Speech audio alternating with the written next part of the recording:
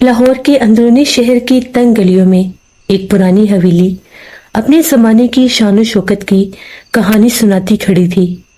اب وہ ویران اور خاموش تھی، جیسے کسی پرانے دکھ کو اپنے اندر سمائے ہوئے ہو۔ کچھ سال پہلے آصف اور اس کا خاندان اس حویلی میں شفٹ ہوئے، یہ سوچ کر کہ انہیں کم کرائے میں ایک بڑا گھر مل گیا ہے۔ انہیں کیا معلوم تھا کہ یہی گھر صرف پرانا ہی نہیں، بلکہ اس میں ایک ایسا بھیانک راز چھپا ہے جسے جاننے کے بعد ان کی زندگی میں ایک بھیانک موڑ آئے گا۔ جب وہ لوگ اس حویلی میں شفٹ ہوئے، شروع میں سب نارمل تھا، پھر آہستہ آہستہ حویلی میں عجیب و غریب واقعات ہونے لگے۔ وہ واقعات ایسے ہوتے تھے کہ شام ہوتے ہی حویلی کے بڑے صحن میں ایک خوشبو مہکنے لگ جاتی تھی۔ وہ خوشبو اتنی تیز ہوتی تھی کہ ہر کوئی ایک دوسرے سے پوچھتا تھا، یہ خوشبو کیسی ہے؟ کیا تم نے لگائی؟ رضیہ بیگم، جو اس گھر کی بڑی سربراہ تھیں، اپنی بہو سے پوچھتی ہیں کہ بیٹا، کیا یہ خوشبو تم نے لگائی ہے؟ جس پر ان کی بہو کہتی ہے، نہیں ماں جی، میں نے تو کوئی خوشبو نہیں لگائی۔ دیکھو نا ذرا صحن میں کیسی خوشبو پھیلی ہوئی ہے، ایسے لگ رہا ہے جس نے بہت زیادہ تیز پرفیوم لگا کر کوئی گزرا ہو۔ بچوں سے بھی پوچھ گچھ کی جاتی تو بچے بھی کہتے، ہمیں معلوم نہیں یہ خوشبو کہاں سے آ رہی ہے۔ پہلے پہل تو گھر میں آنے والی وہ خوشبو ایک راز بن کر پھیلی ہوئی تھی۔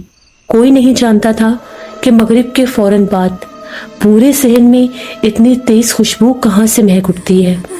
خوشبو کا سراغ ڈھونڈنے کے لیے رضیہ بیگم گھر کے مختلف حصوں کے چکر بھی کاٹا کرتی۔ کبھی کسی اندھیرے کمرے کی طرف نکل پڑتی تو کبھی کسی کھڑکی سے جھانک کر دیکھنے لگتی۔ کئی بار رضیہ بیگم کہتی کہ انہیں ایسا لگتا ہے جیسے کوئی ان کے پاس سے گزر کر گیا ہو۔ حالانکہ یہ ان کا وہم نہیں ہوتا تھا، لیکن گھر والے اسے ان کا وہم ہی سمجھتے تھے۔ رضیہ بیگم ایک تجربہ کار اور عمر رسیدہ خاتون تھیں۔ انہیں تھوڑا بہت وہم ہونے لگا۔ رضیہ بیگم کو جب بھی صحن سے خوشبو مہکتی محسوس ہوتی، رضیہ بیگم آیت الکرسی پڑھ کر اس کا حصار صحن میں باندھنے لگتی۔ جو ہی رضیہ بیگم نے صحن میں آیت الکرسی کا حصار باندھنا شروع کیا، خوشبو کے بعد اب آدھی رات کے ٹائم صحن میں کچھ ہلچل سی بھی ہونے لگی۔ ایسا محسوس ہونے لگا جیسے رات کے پچھلے پہر میں جب وہ سب لوگ گہری نیند میں سو جاتے ہیں تو اس وقت کوئی نہ کوئی ایسا ہوتا ہے جو اس حویلی میں چلتا پھرتا ہے۔ حویلی کے گہرے سناٹوں میں ایک مدھم سی آہٹ ان کو سنائی دیتی ہے جو بہت ہی زیادہ عجیب ہوتی ہے، جس کو سنتے ساتھ گہری نیند بھی سوئی ہوئی آنکھ کھل جاتی تھی۔ ایک رات جب آدھا شہر گہری نیند میں سویا ہوا تھا، آصف کا بڑا بیٹا عمران، جو دیر رات تک پڑھنے کی عادت رکھتا تھا، اپنے کمرے کی ونڈو سے باہر دیکھ رہا تھا۔ چاندنی رات میں حویلی کا صحن بالکل صاف دکھائی دے رہا تھا، اور پھر ایک دم سے اسے ایسا محسوس ہوا جیسے اس کی آنکھوں کے سامنے سے کوئی گزر کے گیا ہے۔ اس نے غور کر کے دیکھا، صحن تو ویسے ہی خالی کا خالی تھا، پھر یہ پرچھائی کیسی تھی؟ اسے ایک پرچھائی محسوس ہوئی۔ اس نے کھڑے ہو کر کھڑکی سے باہر جھانک کر دیکھنے کی کوشش کی، کہیں کچھ بھی نہیں تھا۔ جو ہی اس نے چہرہ کھڑکی کے قریب کیا تو ایک ہوا کا جھونکا اسے اپنے چہرے پر محسوس ہوا۔ وہ ٹھٹک کے رہ گیا اور فوراً پیچھے ہٹ گیا۔ یہ اتنی تیز ہوا کہاں سے آئی؟ اپنے دل کے اس بوجھ کو کم کرنے کے لیے کہ ہوا کہاں سے آئی، وہ کھڑکی کو بند کر کے دروازے کی طرف لپکا کہ باہر جا کر دیکھتا ہوں کہ باہر کون ہے۔ جو ہی عمران نے دروازہ کھولا اور حویلی کے اس خوشبو سے بھرے صحن میں اس نے قدم رکھا تو اسے ایسا محسوس ہوا کہ جیسے باہر بہت ٹھنڈی ہوائیں چل رہی ہیں۔ کمرے میں اتنی ٹھنڈ نہیں تھی جتنی ٹھنڈی ہوائیں باہر چل رہی تھیں۔ یہاں تو بہت ٹھنڈی ہوا چل رہی ہے، پتہ نہیں کہاں سے آ رہی ہیں یہ ٹھنڈی ہوائیں۔ जो ही वो सहन की तरफ बढ़ने लगा, उसे ऐसे लगा कि जिस तरह से उसके पीछे से कोई गुजर के गया है। एक वजूद थोड़ा सा उसके साथ टकरा कर गुजरा। उसके मुंह से निकला, कौन है? पलट कर देखा तो कोई भी नहीं था। अभी मुझे ऐसा लगा मेरे साथ कोई जैसे टकरा कर गुजरा है। ये सब क्या है? उसके बढ़ते कदम वहीं रुक गए और वो तेजी से कमरे के अंदर चला गया। कमरे का दरवाजा बंद करके फिर से बैठकर पढ़ने लगा। अब पढ़ाई में उसका दिमाग बिल्कुल भी नहीं लग रहा था। वो बार बार पढ़ने की कोशिश कर रहा था। तभी उसके कानों के साथ अजीब सी आवाज टकराई, जिस तरह से आसपास किसी घर में कोई शादी हो रही है और वहां पर ढोलक की थाप पर कोई तालियां बजा रहा है। तालियां? इतनी रात को कौन तालियां बजा रहा होगा? कितनी अजीब आवाज आ रही है। गौर करके सुनने लगा। आवाज कभी करीब आती तो कभी दूर चली जाती। ये सारा मंजर इतना भयानक था कि वो चाहकर भी पढ़ नहीं पा रहा था। उसने अपनी किताब बंद की और अपने वालिदैन के पास सोने के लिए चला गया। सुबह जब वो जागा तो उसने रात वाला सारा मंजर अपनी माँ को बताया। उसकी माँ ने जब ये बातें सुनी तो वो ये कहने लगी, बहुत ज्यादा सोचते हो तुम। जब इंसान अकेला बैठा होता है तो ऐसे बहुत से ख्याल आ जाते हैं। ऐसा वैसा कुछ भी नहीं है। आराम से तवज्जो से पढ़ा करो और आसपास कुछ भी हो रहा हो उस पर ज्यादा गौर मत किया करो। आज फिर से रजिया बेगम दिन के टाइम पूरे घर को जांचने के लिए निकली कि देखती हूँ आखिर ये खुशबू कहाँ से आती है। रजिया बेगम ने घर के कुछ पुराने कमरे भी खोले जो उनके इस्तेमाल में नहीं थे। जो ही वो बंद कमरे खुले, अंदर से मिट्टी और हवा का एक झोंका बाहर आया। किसी कमरे में कोई भी ऐसी चीज नहीं थी जहां से वो खुशबू महक रही थी। तभी रजिया बेगम चलती चलती हवेली की पुरानी सीढ़ियों के करीब आई। सीढ़ियां चढ़ती चढ़ती जब वो ऊपर गई तो हवेली के ऊपर वाले हिस्से में भी 2 कमरे थे। एक कमरे के ऊपर ताला लगा हुआ था और एक कमरे के ऊपर सिर्फ कुंडी। जो ही रजिया बेगम ने उस कमरे की कुंडी खोली, दरवाजा खोला तो उनके कानों के साथ एक आवाज टकराई। उन्हें ऐसा लगा कि जिस तरह से बड़े गुस्से से कोई घुर्राया है, किसी के गुस्से से घुर्राने की आवाज आई। पलटकर पीछे हटी और देखने लगी, कहीं कोई भी नहीं था। दिन का टाइम था, कौन होगा? कौन है कमरे में? कमरा बिल्कुल खाली था। जो ही रजिया बेगम ने अंदर पांव रखा, उनके कानों के साथ किसी के सांस लेने की आवाज टकराई। वो बहुत ज्यादा डर गईं। कमरा खाली था, सांस का आवाज कहाँ से आ सकता है? तेजी से नीचे आई और अपनी बहू सोनिया से कहने लगी, सोनिया, ऐसा लग रहा है जैसे ऊपर वाले कमरे में कोई सांस ले रहा है, मुझे महसूस हुआ है। सोनिया कहने लगी, माँ जी आप ऊपर मत जाएं, पता नहीं वो कमरे कब के बंद हैं, क्या क्या असरात होते हैं। हमें कोई जरूरत नहीं ऊपर जाने की, आप नीचे आ जाएं। लेकिन रजिया बेगम तो वो दरवाजा खोल चुकी थी। अब जो खुशबू बनकर महक रही थी उसका सामने आने का टाइम आ गया था। आज चांद की 14वीं की रात थी। मगरिब के बाद ही चांद की रोशनी पूरे जोबन पर थी, जो पूरे सहन में चारों ओर फैली हुई थी। आज तो सहन की बत्ती भी बुझ जाती तो तब भी इतनी रोशनी थी कि सब साफ दिखाई दे रहा था। सोनिया जो अपने शोहर के लिए खाना गर्म कर रही थी। आसिफ अभी थोड़ी देर पहले ही काम से आया था और वो कमरे में खाने का इंतजार कर रहा था। जैसे ही सोनिया खाना गर्म करके कमरे की तरफ बढ़ रही थी, उसके कानों के साथ छन छन की आवाज टकराई। ऐसे लग रहा था कोई पायल पहने जिस तरह से सीढ़ियों से नीचे आ रहा हो। उसके दिल की धड़कन बहुत तेज हो गई। तेजी से कमरे में दाखिल हुई और कहने लगी, बच्चों क्या तुम लोग खिलौनों से खेल रहे हो?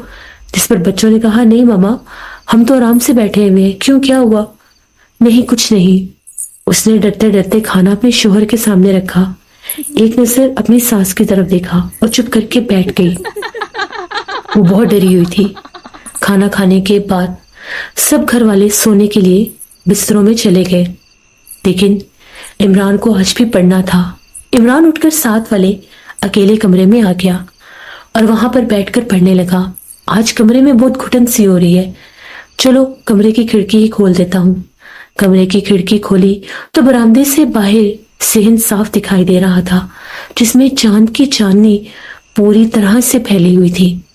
तभी फिर से वो खुशबू इतनी तेज महकी कि इमरान के कमरे तक भी आ गई।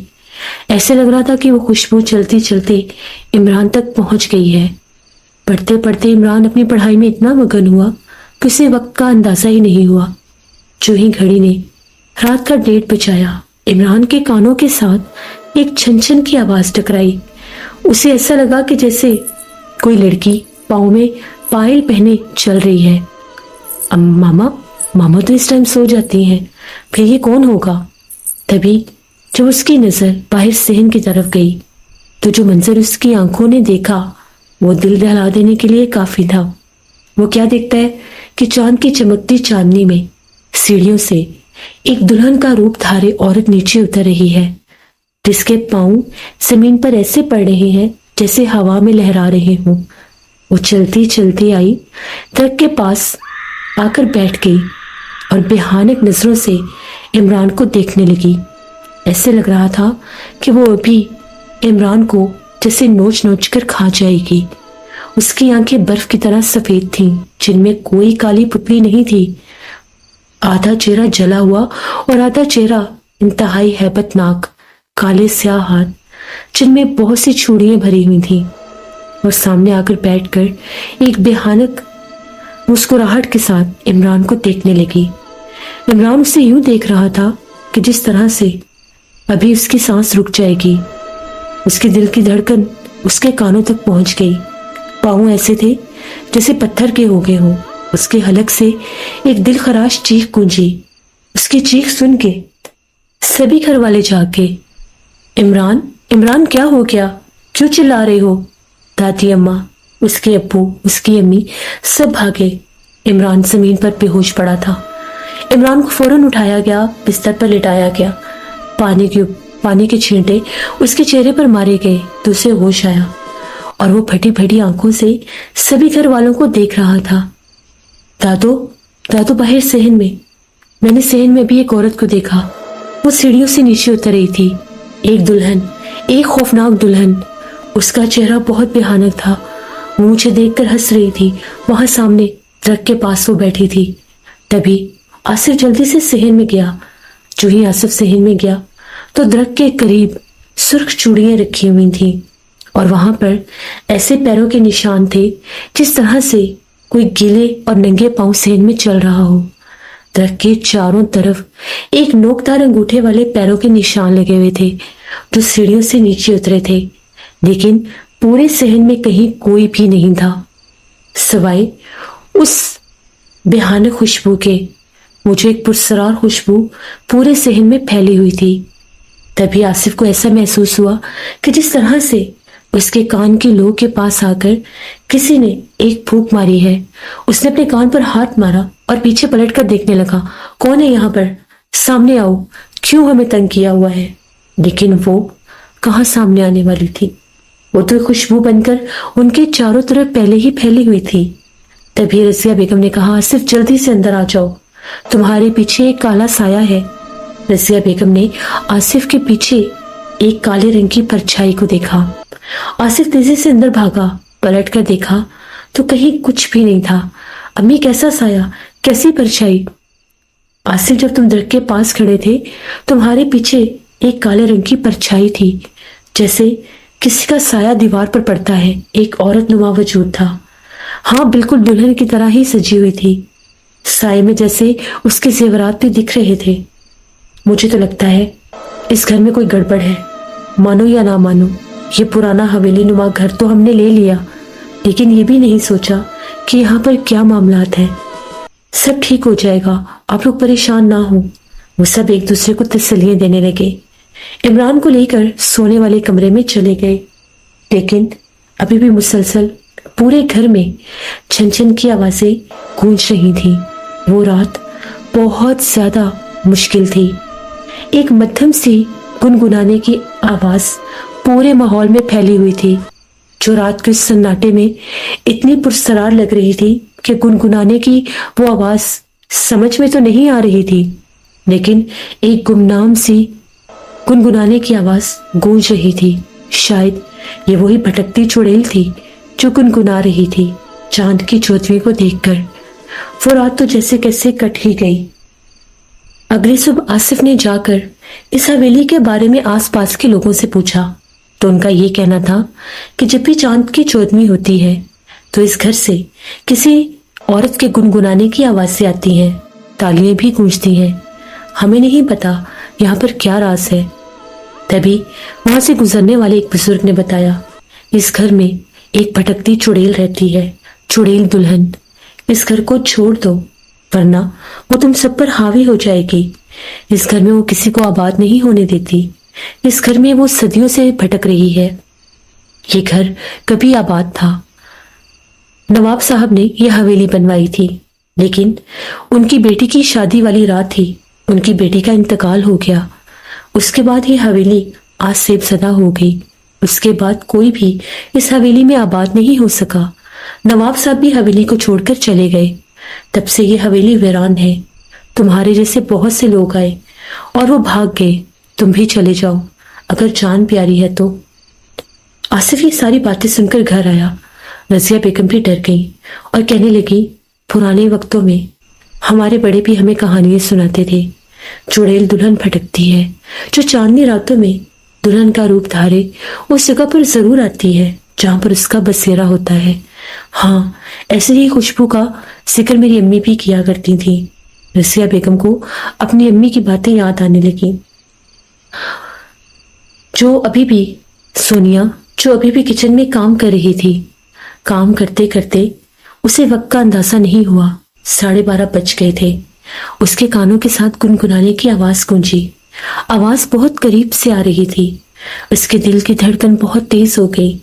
उसने डरते डरते किचन से पलटकर बाहर देखा तो दरख्त के पास एक भयानक दुल्हन खड़ी थी, जो एक लम्हे के लिए तो उसे नजर आई और अगले लम्हे उसी दरख्त के अंधेरे में गायब हो गई। सोनिया चीखें मारती हुई अंदर भागी। अब वहां पर रहना नामुमकिन था।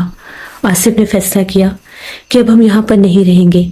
अगर हम लोग यहाँ पर रहे तो शायद ये मखलूक हमें जान से मार दे। उसके बाद आसिफ और उसकी फैमिली भी बहुत से लोगों की तरह नवाब साहब की बहुत सेबसदा हवेली छोड़कर भाग गए, जहां वो चुड़ैल दुल्हन भटकती थी। ये कहानी थी उस वीरान, सुनसान और पुरसरार हवेली की, जहां की मालिक वो चुड़ैल दुल्हन थी, जो 14वीं रात को उस हवेली में दुल्हन का रूप धारे भटकती रहती थी। अगर आपको मेरे चैनल की कहानियां पसंद आ रही हैं तो चैनल को जरूर सब्सक्राइब करें।